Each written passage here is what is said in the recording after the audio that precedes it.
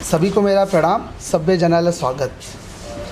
नेपाली मुझे नहीं आती, पर हिंदी में सभी यहाँ पे पत्रकार बंधु और मेरे छोटे साथी भाई और बहनें जो यहाँ पे एक स्टूडेंट के रूप में उपस्थित हैं, मैं सभी को प्रणाम करता हूँ।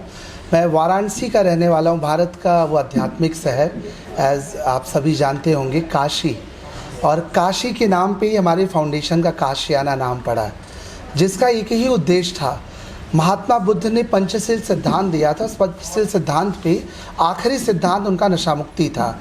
पहला सिद्धांत उनका था झूठ न बोलना, दूसरा था चोरी न करना, तीसरा था व्यभिचार न करना, चौथा था हिंसा न करना, और पांचवा और अंतिम प्रिंसिपल उन्होंने दिया था नशा मुक्ति।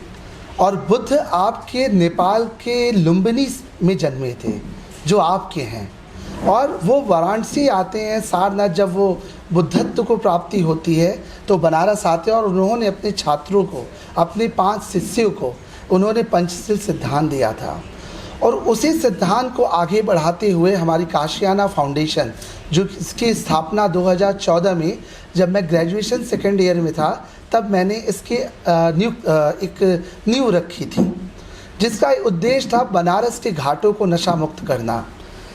पर सिर्फ बनारस को नशा मुक्त कर लेने से भारत या विश्व नशा मुक्त की ओर नहीं बढ़ेगा। तो हमने प्रयास किया पूरे भारत में 2023 में पूरे भारत में 28 राज्यों की यात्रा की, जिसमें हम 62 डेज़ की पूरे ड्राइव किया। 2 फेज़ों में 22,000 किलोमीटर हमने ट्रैवल किया।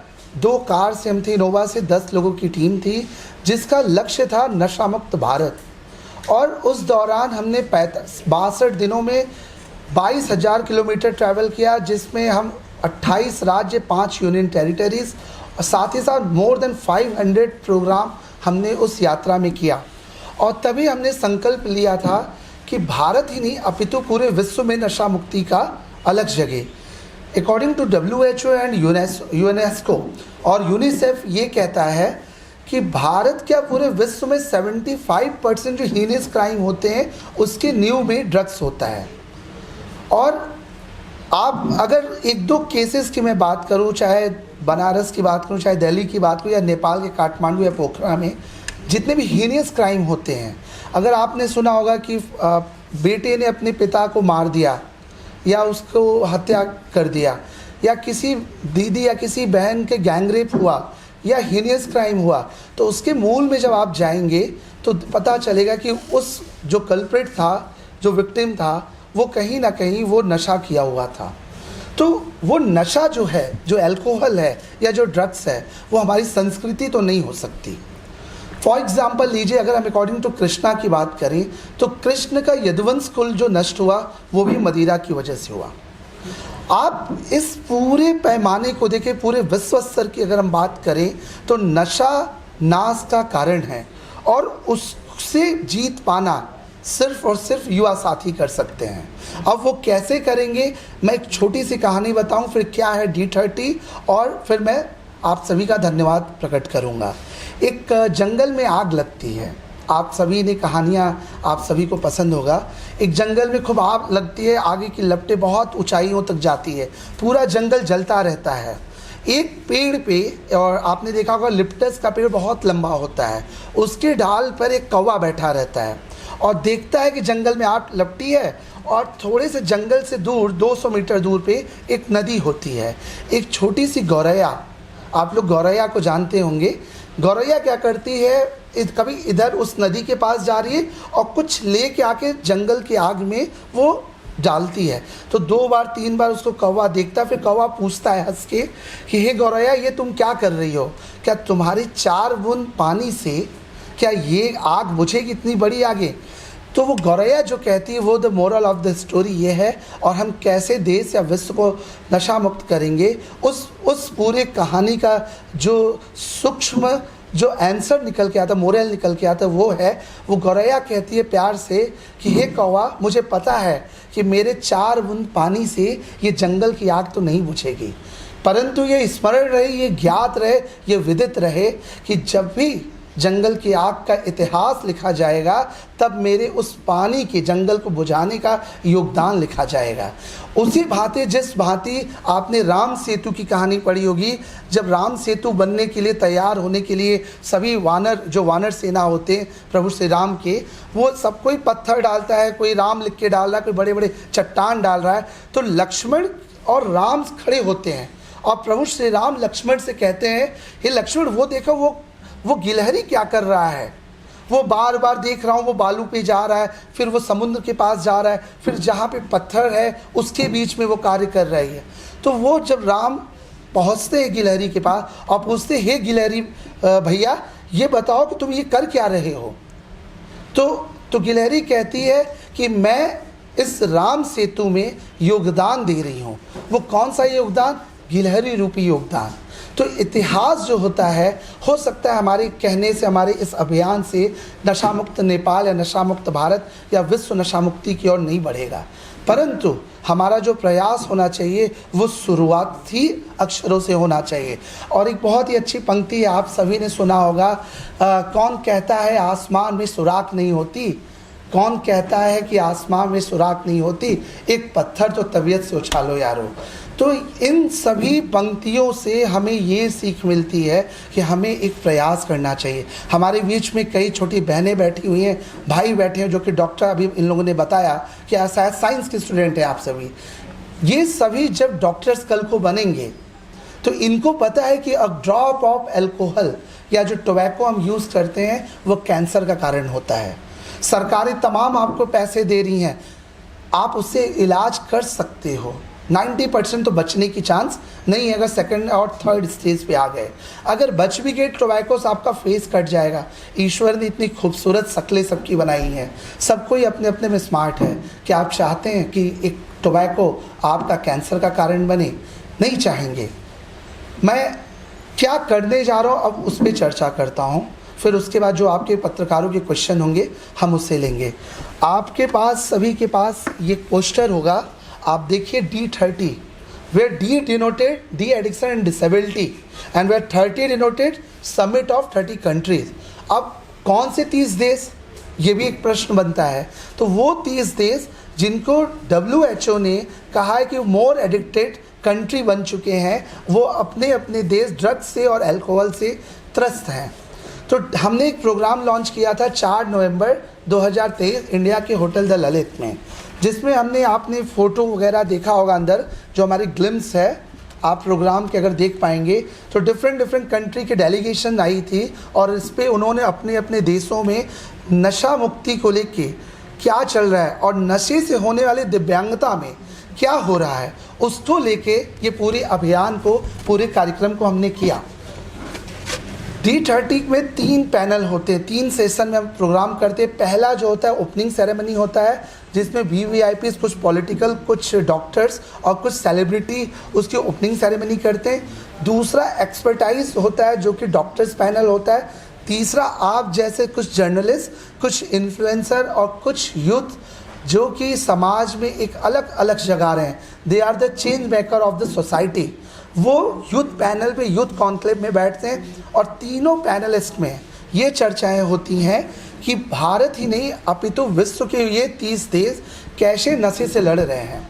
आपने देखा होगा कि भारत और नेपाल की संस्कृति लगभग एक जैसी है।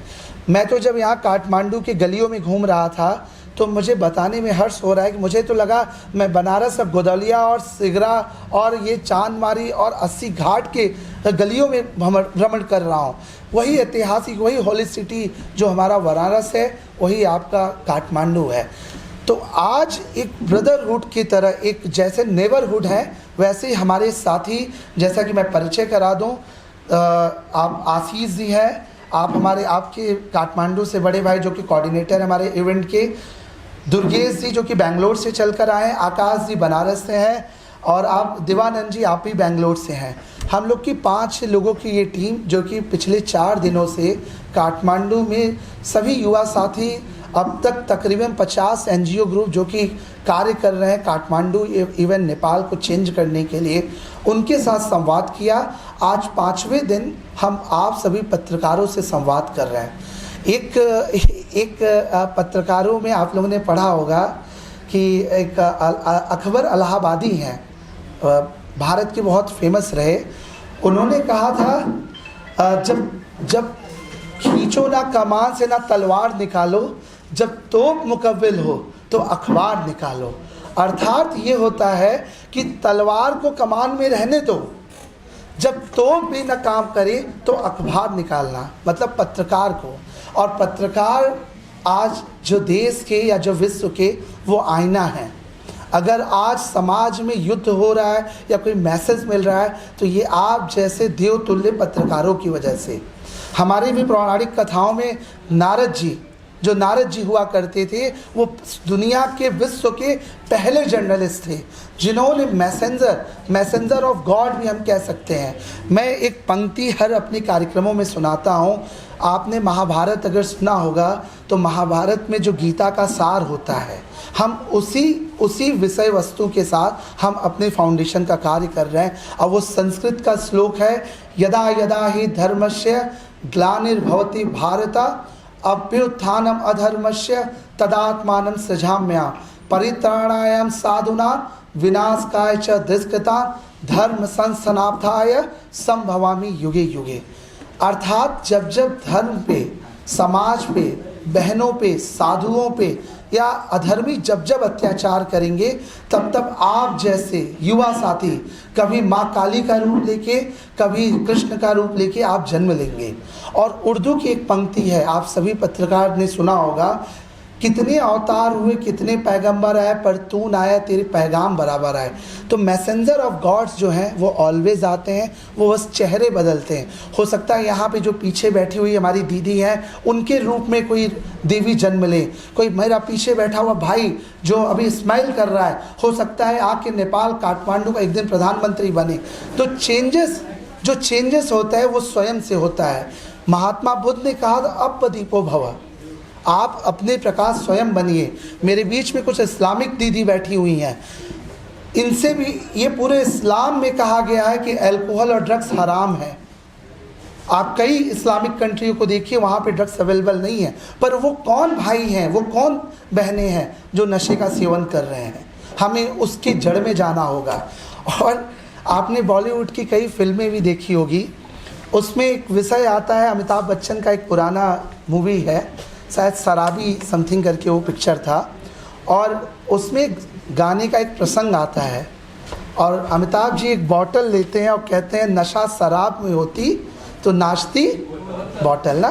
तो नशा तो शराब में होती नहीं, नशा तो हमारे शरीर में है, ऐसा बॉलीवुड कहता है। दूसरा एक हमारे बहुत ही अच्छे मित्र हैं भारत के, और वो गाना गाते हैं 4 बोतल वोडका। देखिए क्या यूथ है हमारा, उसको 4 बोतल वोडका याद है प्रसंग। और एक फिल्म आती है, वो बुलेट पे बैठा हुआ हीरो जब अपने कॉलेज में एंट्री करता है, ये मेडिकल कॉलेज था, तो वो कैंपस की सबसे खूबसूरत लड़की को गर्लफ्रेंड बनाता है। क्या मूवी का नाम था? से लाउडली, कबीर सिंह। और वो दिखाता है पिक्चर में कि भैया जब वो ड्रिंक करता है ना तो ऑपरेशन सक्सेसफुल कर लेता है, और जब 3 सिगरेट पीता है तो जो कियारा आडवाणी आई थिंक वो उसकी गर्लफ्रेंड बन जाती है। तो वो भाइयों ने कहा कि यार मैं भी 4 सिगरेट पी लेता हूँ यार, निसंदेह मानो गर्लफ्रेंड को सिगरेट पसंद नहीं है। कई बहनें बैठी हैं, पूछ सकते हो आप। और जब दारू ही पी लोगे यार तो तुम्हारे आसपास तो स्मेल करेगा, कौन तुम्हारे पास आएगा? क्या किसी डॉक्टर के पास जो दारू पीता होगा उससे आप ऑपरेशन करा सकते हो? तो सोचो, फिल्में आपको बर्बादी की ओर ले जा रही हैं। वो ऐसा नहीं कि वो उनका कोई इंटेंशन है, उनका इंटेंशन है कि मार्केट में आप सिगरेट और शराब का सेवन करो। फॉर एग्ज़ाम्पल हमारे देश में, भारत, मुझे अगर नेपाल की जानकारी आप लोग दीजिएगा, भारत में क्या होता है कि जो सिगरेट की कॉस्टिंग होती है 3 रुपये होती है। एक कंपनी का मैं नाम नहीं लूँगा, मैं उसका प्रचार क्यों करूँ।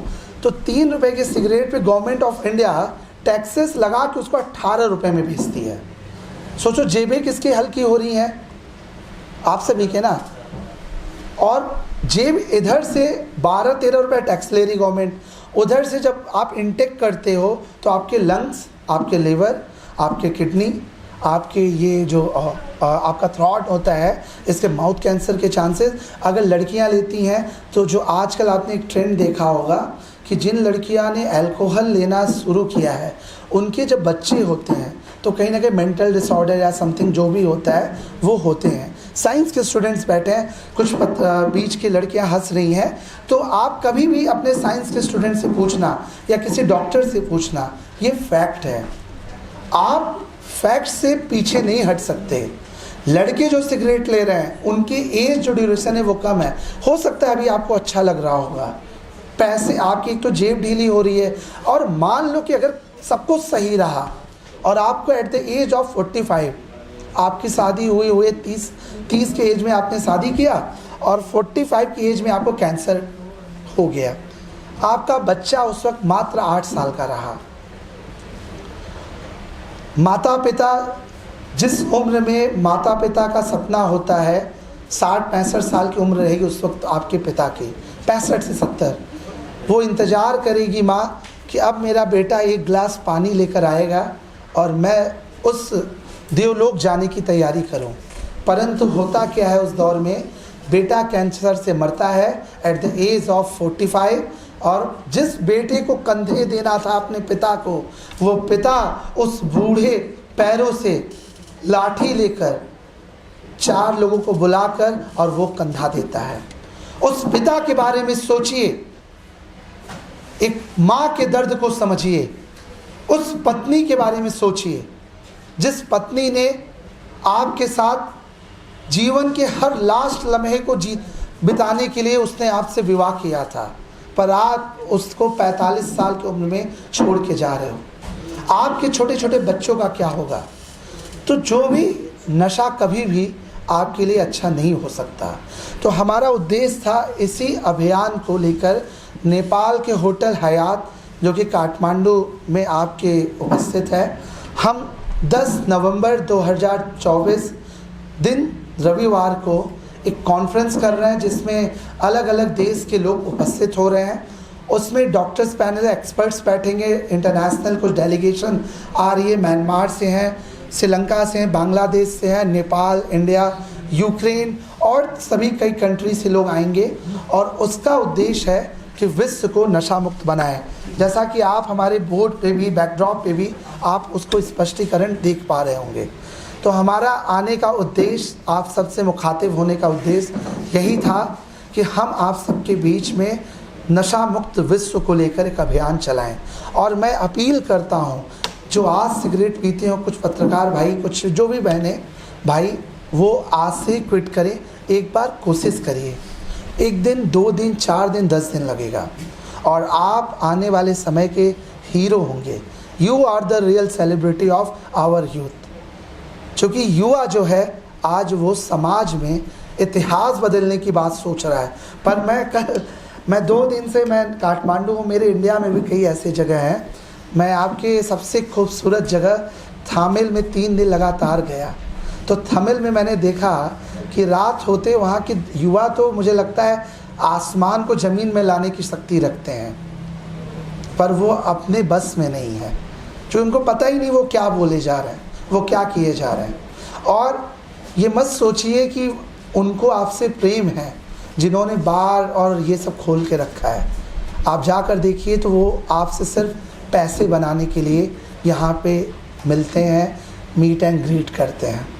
तो मैं ज़्यादा समय नहीं लूँगा क्योंकि हमारे और भी कार्यक्रम लगे हुए हैं। आप सभी से यही निवेदन करूँगा, जो भी पत्रकार साथी हैं, अपने अखबारों में, अपने चैनलों में इस अभियान को लेकर थोड़ी सी जागरूकता के लिए युवा समाज में इसका मैसेज दें। और हमारा जो कार्यक्रम है ये स्पष्ट रूप से युवा के लिए संदेश है। और हम सभी युवा साथी नशा कभी नहीं किया हो, इसलिए शायद आप सबके बीच में मैं इस बात को रखने के लिए सक्षम हूँ।